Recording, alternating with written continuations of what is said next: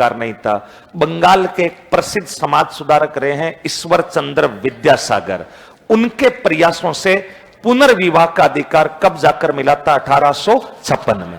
इस पूरी घटनाक्रम में यह बता रखा है कि एक गांव था, उस गांव में गरीब परिवार है और उसमें माता पिता और उनके दो बेटे थे। एक बेटे की 7-8 साल की उम्र है, एक की 4-5 साल की उम्र है। और उसी समय उन दोनों भाइयों के सिर से माता पिता का साया उड़ जाता है।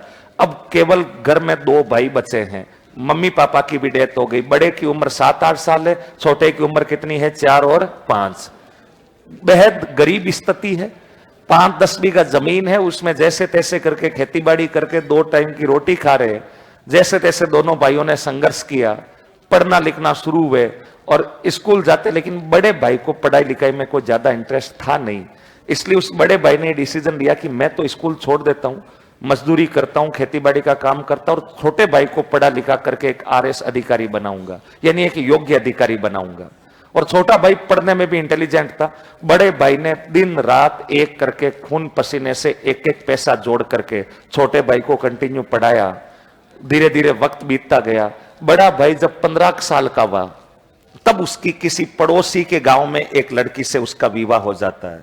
लेकिन जिस लड़की से विवाह हुआ वो बेहद अनुशासित, संयमित, सुलक्षणा थी, 36 गुणों से संपन्न थी, अपने पति की हर बात को मानने वाली सुलक्षणा वो महिला थी। जैसे ही वो बड़ा भाई शादी करके अपनी पत्नी को लेकर अपने घर आया, उस बड़े भाई ने अपनी पत्नी के सामने सारी स्थितियां बता दी कि घर की आर्थिक स्थितियां ठीक नहीं है, संघर्ष का समय है। और मैं आपको ये कहना चाहूंगा कि अपने साथ घर में मेरा छोटा भाई यानी आपका देवर रहेगा और उस पर किसी भी प्रकार का दबाव, व्यंग्य वो घर में बर्दाश्त योग्य नहीं होगा। वो छोटा भाई पढ़ रहा है और मेरा सपना है कि इसको पढ़ करके काबिल और योग्य अधिकारी बनाऊं ताकि घर की सारी फाइनेंशियल प्रॉब्लम, आर्थिक जो तंगियां हैं वो सब कुछ दूर की जा सके। और अगर तुम घर में माहौल अच्छा रखोगी, उसको बिना फालतू किसी बात को लेके व्यंग्य नहीं करोगी, कटाक्ष नहीं करोगी, तो सब कुछ अच्छा रहेगा। बाकी घर के लालन पालन की जिम्मेदारी मेरे ऊपर है, मैं दिन रात मेहनत करूंगा। और वो महिला बेहद अनुशासित, सुलक्षणा थी। इसलिए उस महिला ने यह कहा कि आप निश्चिंत रहे, मेरी तरफ से कभी कोई प्रॉब्लम क्रिएट नहीं होगी। धीरे धीरे वक्त बीतता गया।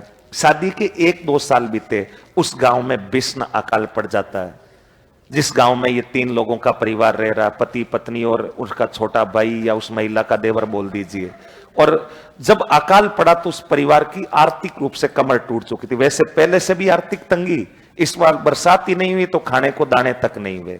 और जैसे तैसे उस भाई ने गांव के साहूकारों से कर्ज ले लेकर के 1 साल का समय बिताया ताकि उसके छोटे भाई की पढ़ाई में किसी प्रकार का कोई डिस्टर्बेंस ना आए। 1 साल के समय के बाद उम्मीद थी कि अगले साल बरसात होगी, अच्छा अनाज होगा, दुगुनी मेहनत करेंगे और साहूकारों का कर्ज उतार देंगे। लेकिन भगवान जाने राम भी रूट से गए थे, अगले साल भी बरसात नहीं होती है और उस साल में उस गांव में भीषण अकाल पड़ जाता है। जिन साहूकारों से कर्ज ले रखा था वो सुबह ही घर पे आके बैठ जाते, बोला कि 1 साल का कहा था, इतने पैसे हो गए, ब्याज सहित देने पड़ेंगे, देख कहां से, बरसात हो नहीं रही है। दूसरे साल भी उस आदमी ने जैसे तैसे करके साहूकारों से कर्ज उधार लेके, उनके व्यंग्य सुन के, गालियां सुन के थोड़ा सा टाइम पास किया ताकि छोटे भाई की पढ़ाई डिस्टर्बेंस ना हो। और उम्मीद थी कि अगले साल बरसात होगी तो जैसे तैसे करके परिवार का काम चलाएंगे। लेकिन मानो राम रूट से गए थे, उस गांव में कंटिन्यूअसली 3री बार अकाल पड़ गया, लगातार 3री बार। इस बार उस परिवार के पास कोई विकल्प नहीं। सुबह उठते ही जिन साहूकारों से पैसे ले रखे थे 15-20 जने घर पे आके बैठ जाते, गालियां निकालते। और वो आदमी परेशान हो गया और उसने लास्ट में अपनी पत्नी को अपने पास बुलाया और कहा कि देख, इतना कर्जा हो गया 2 साल में और इनका ब्याज भी इतना ऊंचा है कि अगले साल बरसात हो भी गई तो अपने इनका कर्जा उतार नहीं पाएंगे। इसलिए कोई रास्ता नहीं है, मैं आज रात को ही गांव छोड़ करके प्रदेश जाऊंगा और प्रदेश में कोई जॉब करूंगा, कोई काम करूंगा और वहां से मैं पैसे इकट्ठे करके और वापस गांव आऊंगा, 1-2 साल में आ जाऊंगा और इन सब का कर्जा चुकाऊंगा। लेकिन जब मैं गांव छोड़ के जाऊंगा तो प्लीज तुम मेरे छोटे भाई का ध्यान रखना, उसकी पढ़ाई में कोई डिस्टर्बेंस नहीं आए। अगर पैसों की तंगी आए तो खुद मेहनत करना, मजदूरी करना, लेकिन छोटे भाई को पढ़ाना। और उस महिला पति की हर बात को मानती थी। उसने कहा कि नो प्रॉब्लम, आप जा सकते हैं, आपके छोटे भाई को किसी प्रकार की आर्थिक रूप से, पढ़ाई के रूप से कोई प्रॉब्लम्स नहीं आएगी, ना कोई कटाक्ष व्यंग्य होगा। आप निश्चिंत रह करके प्रदेश चल जाए। और उन साहूकारों के कर्ज से परेशान होकर के वो व्यक्ति रात के अंधेरे में गांव छोड़ करके चला जाता है और प्रदेश चला जाता है। गांव वाले अगले दिन सुबह घर पर आए तो घर वालों ने बताया कि भाई वो तो है नहीं, पैसे उनको उधार दिए थे, वो आए तो उनसे बात करना, हमें परेशान करने की जरूरत नहीं है। गांव वाले कंटिन्यू 10-12 दिन आए, कंटिन्यू वो मिलता नहीं, तो उनकी पत्नी ने एक दिन कह दिया कि वो प्रदेश गए हुए हैं, 1-2 साल में आएंगे, आपका ब्याज सहित पैसा चुका देंगे। अब वो भाई प्रदेश में बैठा है, जॉब के लिए दर दर की ठोकरें खा रहा है, लेकिन 3-4 महीने घूमने फिरने के बाद भी उसे कहीं पर नौकरी नहीं मिलती है, अच्छा वेतन नहीं मिलता है। बस केवल दिन भर मेहनत मजदूरी करके इतना कमा पाता है कि 2 टाइम की रोटी खा ले। जो ख्वाब लेकर आया था कि ये कर दूंगा, सारा सिस्टम सेट कर दूंगा, वो सिस्टम सेट होता दिख नहीं रहा है, क्योंकि कहाँ पड़ी है नौकरियां। इसलिए वो साल भर से परेशान हो गया, मानसिक रूप से भी परेशान। गांव भी वापस जाए तो किस मुख से जाए, क्योंकि उनका ब्याज तो दिन दुगुना रात चौगुना बढ़ता जा रहा है। भगवान जाने कौन सी वैदिक गणित से वो ब्याज का फॉर्मूला निकालते हैं, इतना ब्याज बढ़ गया कि वो व्यक्ति प्रदेश में रह के चिंताओं में है और उसके पास कोई विकल्प नहीं। गांव वो वापस जा नहीं सकता। यूं करते करते प्रदेश में अच्छे काम की तलाश में 7-8 साल बीत गए और 7-8 साल में भी वो इतना पैसा नहीं कमा पाया कि गांव जाके लोगों का कर्ज उतार सके। चिंता में है, घर वालों से कोई कनेक्शन नहीं है, ना कोई लेटर्स लिख रहा है, ना कोई पत्र लिख रहा है। उधर पीछे उसकी पत्नी बेहद ईमानदार और सुलक्षणा थी, इसलिए उसने अपने पति का वादा निभाने के लिए खुद ने दिन रात मेहनत मजदूरी की, अपने गहने जेवरात आभूषण बेचे और गहने जेवरात आभूषण बेच करके अपने देवर को पढ़ाया लिखाया। और वो देवर भी पढ़ने में बेहद ईमानदार और इंटेलिजेंट था, लगातार आगे बढ़ रहा था। और 8-9 साल बाद में वो देवर एक योग्य अधिकारी के पद पर काबिज हो जाता है। और जब वो अधिकारी बन गया तो अधिकारी बनने के बाद घर पर अब आर्थिक रूप से तो कोई बड़ा संकट नहीं है, लेकिन घर पर उसका बड़ा भाई नहीं है। 9 साल हो गए घर से दूर गए हुए, और भाई भी तो प्रदेश में पैसे कमा नहीं पा रहा था, इसलिए मेंटली परेशान था। गांव किस मुख से जाए, गांव वाले जीने नहीं देंगे, घर वालों से कोई कांटेक्ट नहीं है। 8-9 साल बाद में वह अधिकारी और वो महिला, अर्थात मैं देवर भाभी बोल देता हूं, वो गांव की पंचायत बुलाते हैं, गांव के पंच पटेलों को इकट्ठा करते हैं और इकट्ठा करके अपनी प्रॉब्लम गांव के मुखिया लोगों के सामने रखते हैं और कहते हैं कि मेरा बड़ा भाई 10 साल हो गए प्रदेश गए हुए, घर वालों से कोई कांटेक्ट नहीं है, कुछ साहूकारों से पैसे उधार लिए थे और उनके ब्याज की मार की वजह से मजबूरी में वो गांव छोड़ के गया है। उन साहूकारों का कर्जा तो मैं सारा चुका दूंगा, लेकिन गांव के लोगों की नैतिक जिम्मेदारी बनती है कि मेरे भैया का पता लगाया जाए कि आखिरकार वो है कहाँ, आखिर जिंदा है कि मर भी गए। घर वालों से कोई कनेक्शन नहीं है। गांव के लोगों ने कहा बात तो सही है, गांव का नागरिक है इसलिए पता लगाना लाजमी है। और गांव के सारे लोगों ने 6 माह का समय मांगा और उन्होंने कहा कि गांव के तमाम लोग 6 माह के अंदर अंदर उन लोगों का, उस भाई का, यानी जो प्रदेश गया हुआ उसका रिसर्च कर लेगी, पता लगा लेगी। 6 माह बाद पंचायत का आयोजन दोबारा होगा। ठीक है, उस छोटे भाई ने भी, उसकी पत्नी ने भी अपने स्तर पर उसको ढूंढने के प्रयास किए, गांव के लोगों ने भी प्रयास किए, लेकिन विलायत में बैठा, प्रदेश में बैठा आदमी कहाँ मिलेगा। और वो भाई पूरा रूप हुलिया बदल चुका है, गरीबी बहुत कुछ बदल देती है, इसलिए वो परेशान प्रदेश में बैठा है। गांव के तमाम लोगों के ढूंढने के बाद भी 6-7 महीने में उस आदमी का अता पता नहीं लगा। तब 6 महीने बाद गांव की पंचायत दोबारा बैठती है और गांव के पंचों ने यह फैसला सुना दिया कि वो आदमी मर चुका है। अगर जीवित होता तो कहीं ना कहीं किसी ना किसी रिसोर्स से किसी ना किसी के कांटेक्ट में आता। अब वो जीवित नहीं है, मर गया है। उस आदमी का डेथ सर्टिफिकेट जारी कर दिया जाता है और जब उस आदमी को मृत घोषित किया जाता है तो उसकी पत्नी पंचायत में रोने लगती है और पंचों के सामने अपनी प्रॉब्लम बताते हुए कहती है कि जब आपने मेरे पति को मरा हुआ घोषित कर ही दिया है तो अब ये भी फैसला कर दीजिए कि मेरा भविष्य क्या है, मैं यहां रहूं या पापा के घर चली जाऊं। पंचों ने कहा कि देख, यहां रहना है तो तुम्हें इसी देवर को अपना पति बना करके रहना होगा, क्योंकि दोबारा विवाह करने का अधिकार है या नहीं है? नहीं है। पुनर्विवाह का अधिकार कब मिला है? 1856 में। तुम्हें अपने देवर को पति बना करके यहां रहना होगा, अन्यथा तुम अपने पापा के घर जा सकती हो। उस महिला ने अपने देवर की तरफ देखा और कहा कि आप भी मेरे भविष्य के बारे में अपना फैसला सुना दीजिए, क्योंकि माई लाइफ माई डिसीजन का कंसेप्ट तो यहाँ काम करेगा नहीं।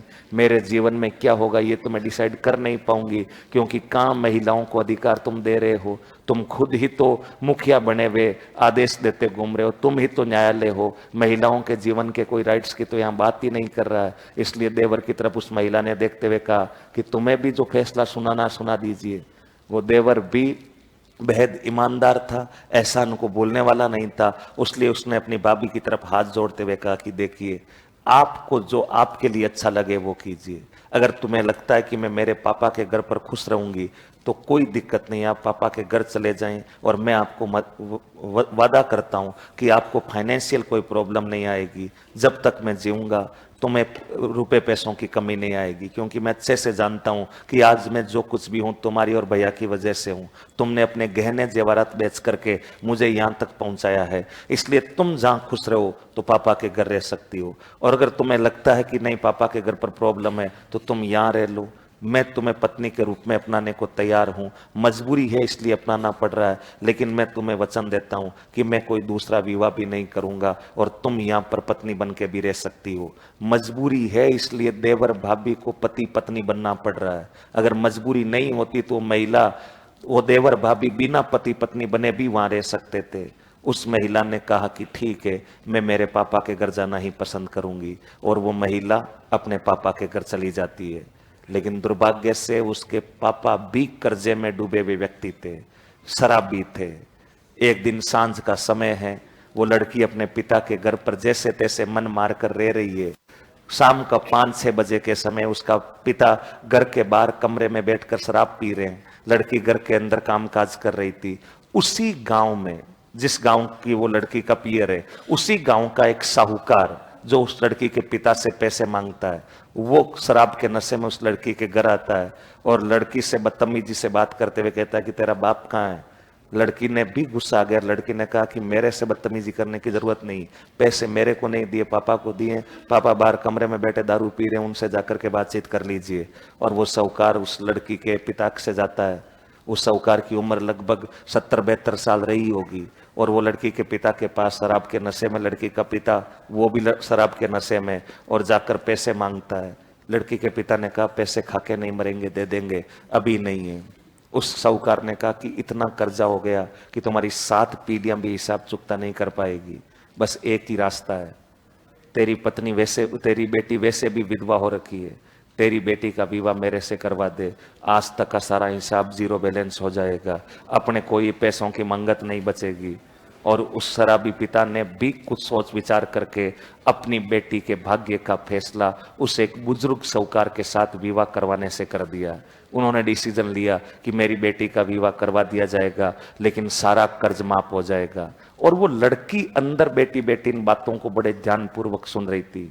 लड़की को बहुत बुरा लगा। लड़की ने कहा कि पापा ऐसे कैसे मेरे भाग्य का फैसला कर सकते हैं, इस व्यक्ति के साथ जिसका अगले ही पल का कोई भरोसा नहीं, 72 साल का आदमी, और उसके साथ मेरा विवाह करवाया जा रहा है। लड़की बेहद दुखी थी, आंखों में आंसू थे, लेकिन कर क्या सकती है, मजबूरियां क्या क्या नहीं करवा देती। इसलिए लड़की मन मार करके थोड़ी देर अकेली बैठती है, सोचती है, और सोचते सोचते उसी रात मध्य रात्रि मौका पाकर वो घर से निकल जाती है।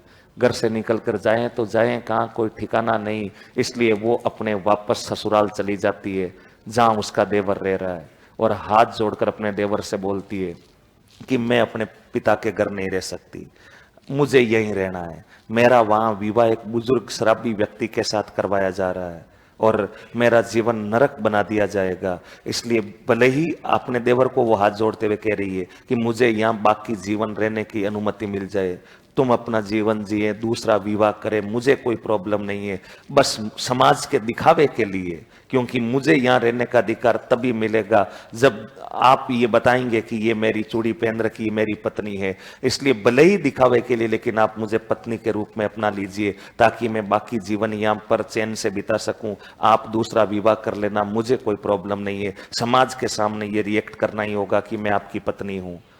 देवर भी बड़ा ईमानदार व्यक्ति था, उसने कहा कि नहीं, ऐसी बात नहीं है, अगर तुम तुम्हारे पिता के घर खुश नहीं हो तो यहाँ रहना तुम्हारा अधिकार है, तुम रह सकती हो, और मैं दिखावे के लिए नहीं, मजबूरी है इसलिए तुम्हें अपनी पत्नी मानता हूं, और भविष्य में मैं ये निर्णय लेता हूं कि मैं कोई दूसरा विवाह भी नहीं करूंगा।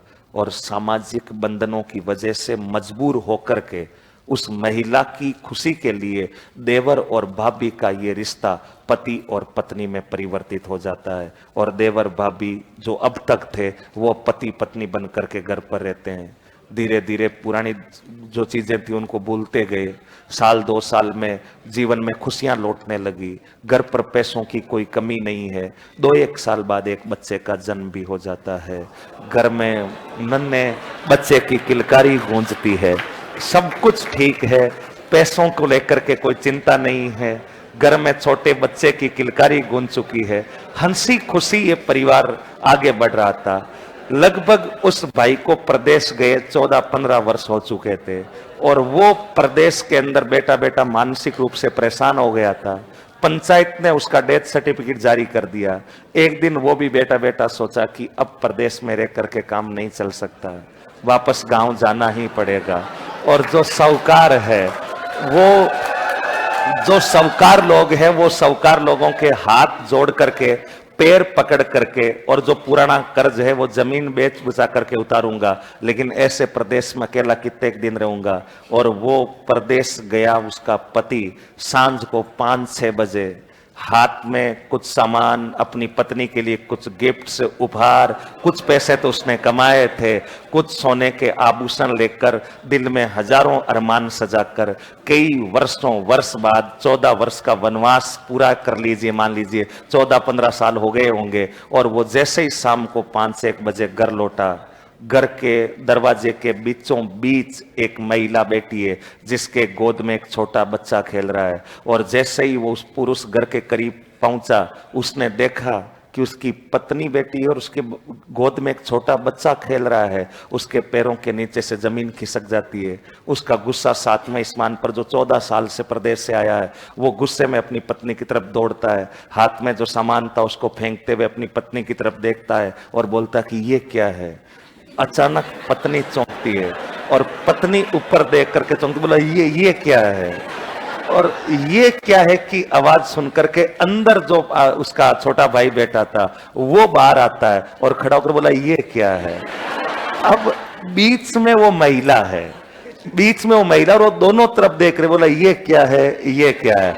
और वो मन ही मन सोच रहे कि आखिर ये हुआ क्या, मैं अब पत्नी किसकी हूं, एक्स की या प्रेजेंट की। एक्स मतलब पूर्व पति की, या प्रेजेंट मतलब वर्तमान पति की। वो दोनों तरफ देख रही है और वो कह रही है कि हूं गोरी की ने प्यूरी, मैं अब पत्नी किसकी हूं, इसकी या इसकी। वो धर्म संकट में है। और वो व्यक्ति जो 14 वर्षों से प्रदेश से आया था, वो अपनी पत्नी की तरफ गुस्से में देखते हुए बोला कि ये उम्मीद नहीं थी तुमसे। और वो महिला हाथ जोड़ते हुए अपने पूर्व पति को कहती है कि आप मेरी बात को सुनिए, समझने का प्रयास कीजिए। उस व्यक्ति ने कहा कि ये लड़का सब कुछ समझा रहा है, मुझे समझाने की जरूरत नहीं है। आज ये पता लग गया कि ये प्यार, ये वादे, ये कस्में सिर्फ बातें हैं और इन बातों का कोई भरोसा नहीं है। और ये जो बच्चा है वो जीता जागता उदाहरण है, मुझे समझने की कोई जरूरत नहीं है, तुमसे ये उम्मीद नहीं थी। वो महिला फिर कहती कि आप मेरी बात को सुनिए।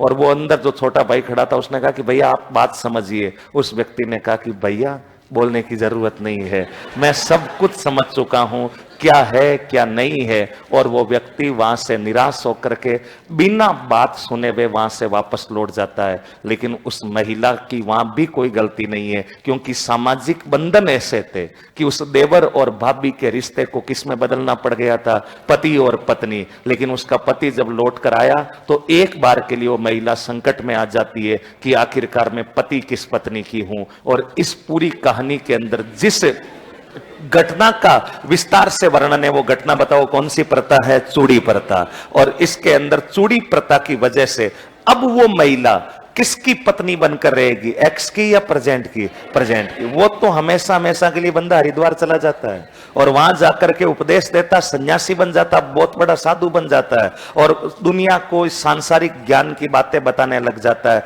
तो हमें सुबह इतना याद रखना है कि देवर भाभी का रिश्ता पति पत्नी के रूप में परिवर्तित होने के कारण कौन सी किताब लिखनी पड़ गई थी? हूं गोरी किण पिवरी। लिख लो फटाफट से दो बातें, हूं गोरी किण पिवरी के आगे। इस पुस्तक में